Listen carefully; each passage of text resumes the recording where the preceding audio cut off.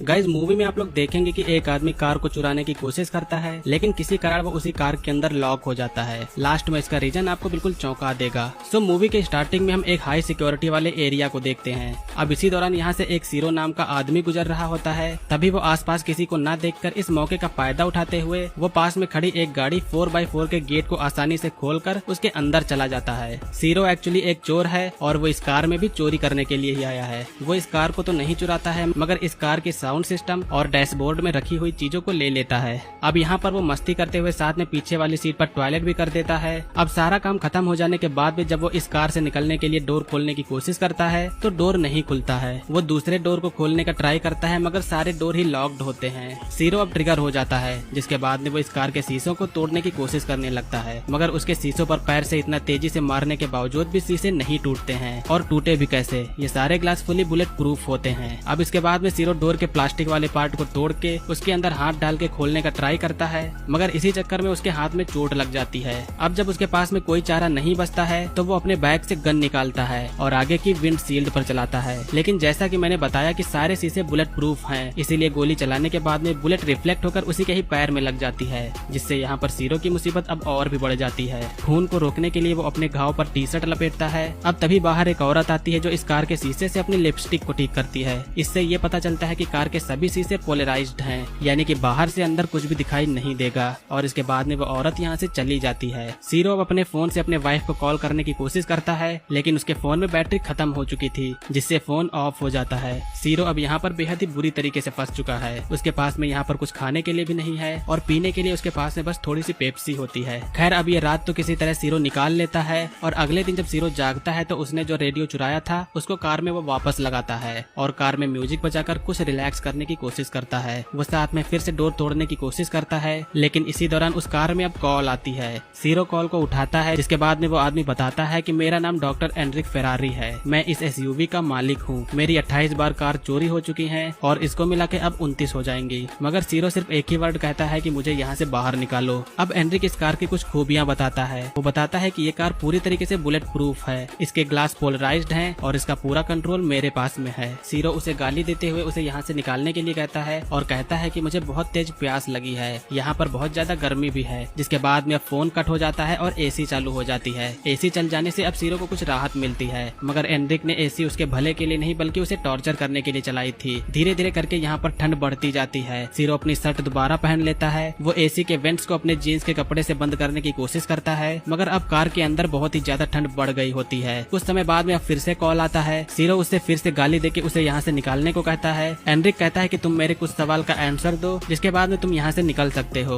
Anrich पूछता है कि तुम क्या करोगे जब तुम अपने बेटे को चोरी करते हुए पकड़ोगे। सीरो कहता है कि मैं उसका कान पकड़ूंगा और पुलिस को दे दूंगा, मगर एंड्रिक कहता है कि नहीं, कोई भी पिता ऐसा नहीं कर सकता है। अब कुछ समय बाद में सीरो अपने सामने पुलिस को देखता है। वो चिल्ला के उससे हेल्प के लिए कहता है, लेकिन आवाज बाहर नहीं जा रही थी। अब ये पुलिस वाला इस कार को चारों तरफ से देखता है और इसका चालान काटकर यहाँ से चला जाता है। इस कार का चालान इसलिए काटा गया था क्योंकि इसके सारे शीशे पोलराइज्ड थे। बाहर भले ही बारिश हो रही है, लेकिन सीरो इधर प्यास से मर रहा होता है। अब फिर से यहाँ पर कॉल आता है तो सीरो उससे पानी के लिए कहता है। एंड्रिक उससे अब उसका आईडी नंबर और उसका नाम पूछता है और जब सीरो उसे बता देता है तो एंड्रिक उसे पानी पीने के लिए दे देता है। वो बैक साइड में एक छोटे से पाइप से कार के फिल्टर हुए पानी को बोतल में भरता है, जो दिखने में ही साफ नहीं लग रहा था, लेकिन इतने प्यास के कारण सीरो बिना कुछ सोचे हुए वो सारा पानी पी जाता है। अब फिर से रात होती है और सीरो को भूख भी बहुत तेज लगी हुई है। उसके सामने ही एक डिलीवरी बॉय पिज्जा की डिलीवरी कर रहा है, मगर उसके सामने खाना होने के बावजूद भी वो कुछ खा नहीं सकता। अब इसी दौरान यहाँ पर एक छोटा सा इंसेक्ट उसका फ्रेंड बनता है। एंड्रिक उसके साथ में टॉर्चर करने में कोई भी कसर नहीं छोड़ता है। अब वो कार में गर्म हवा की एसी चला देता है, जिससे सीरो की हालत और भी खराब हो जाती है। इतने ज्यादा भूख के कारण सीरो वहाँ पर रखी हुई इंस्ट्रक्शन मैनुअल को ही खाने लगता है और जब उसे पानी नहीं मिलता है तो उसे अपने ही टॉयलेट को पीना भी पड़ता है। अब इसी दौरान बाहर एक और चोर आता है जो इस कार को खोलने की कोशिश करने लगता है, मगर तभी कोई आदमी आ जाता है जो उसे ऐसा करने से रोक के उसे पकड़ लेता है। जिसके बाद में वहाँ पर पुलिस भी आ जाती है। बाहर यहाँ पर इतनी ज्यादा हलचल हो रही है, मगर किसी को भी इस बात की खबर नहीं होती है कि इस कार के अंदर कोई शख्स मर रहा है। अब रात हो जाने पर जब उससे भूख कंट्रोल नहीं होती है तो वो अपने साथी कीड़े को खाने की कोशिश करता है, लेकिन फिर उसके मन में कुछ ऐसा आता है जिससे वो उसे नहीं खाता है। इसी दौरान अब बाहर एक कपल भी आते हैं जो साथ में इंटीमेट होते हैं, मगर सीरो उन्हें देखने के अलावा और कुछ भी नहीं कर सकता। अगले दिन फिर से एंड्रिक का कॉल आता है। इसके बाद में एंड्रिक सीरो से बता देता है कि डैशबोर्ड के नीचे एक चॉकलेट बार है जिसे तुम खा सकते हो।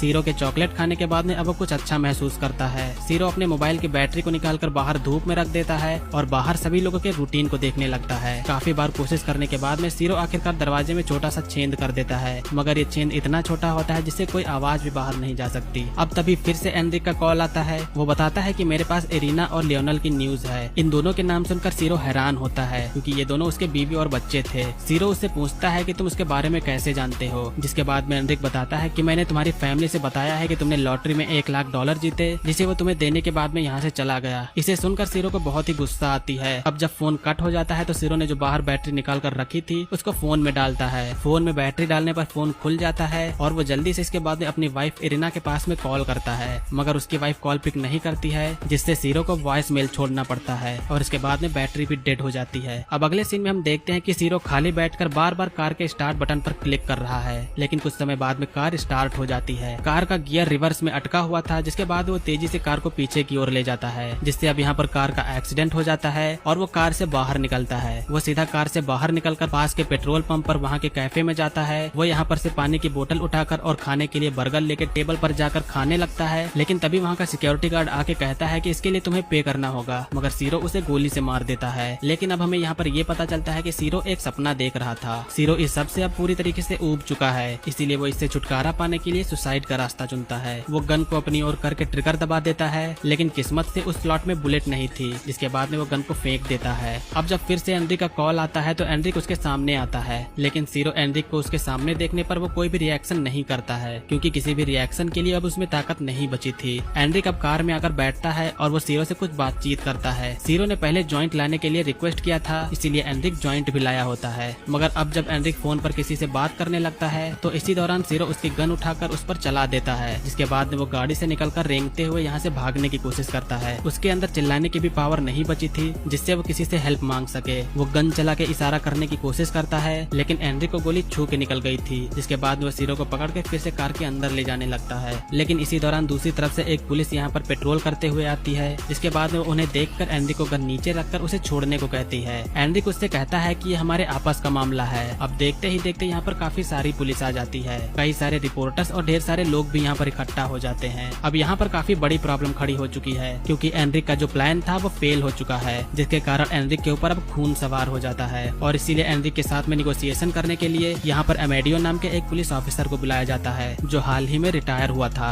अब अमेडियो और एनरिक के बीच में काफी सारी बातें होती हैं। यहाँ पर जितने भी लोग होते हैं कुछ एनरिक के खिलाफ होते हैं और कुछ लोग एनरिक के साथ में होते हैं, क्योंकि ज्यादातर लोग जानते थे कि उन्हें भी कई सारी चोरियों का सामना करना पड़ा है। मगर दूसरी तरफ भले ही एनरिक की 28 कार्स चोरी हो जाने के बाद में उसने ये कदम उठाया है, लेकिन वो जो इस समय कर रहा है वो इससे भी बढ़कर है, जो कि उसे एक कातिल बना सकता है। यही कुछ इमोशन भरी बातें अमेडियो एनरिक के सामने रखता है, जिसके बाद में एनरिक का मन बदल जाता है और वो सीरो को जाने देता है। मगर अब एनरिक उस कार के अंदर बैठकर अपने आप को लॉक कर लेता है। इसके बाद वो अपने फोन से एक टाइमर चलाता है और यहाँ पर कुछ समय बाद वो कार ब्लास्ट हो जाती है। इधर सीरो तो बच जाता है, मगर जिसकी 28 बार कार चोरी हुई, जिसका कोई भी कसूर नहीं था, बस एक चोर को सबक सिखाने के लिए उसकी प्लानिंग फेल हो जाने के बाद में जब सभी लोगों ने उसका ये रूप देखा तो इस चोर से ज्यादा खतरनाक वो एनरिक को ही समझने लगे, जिसके बाद में उसे सुसाइड करना पड़ा। इधर सीरो का क्या, उसने भले ही कई गलत काम किए हों, मगर कोई भी एविडेंसेस न मिलने के बाद में उसे अगले ही दिन रिलीज कर दिया जाता है और इसी के साथ में इस ट्विस्ट से भरी थ्रिलिंग मूवी का एंड होता है।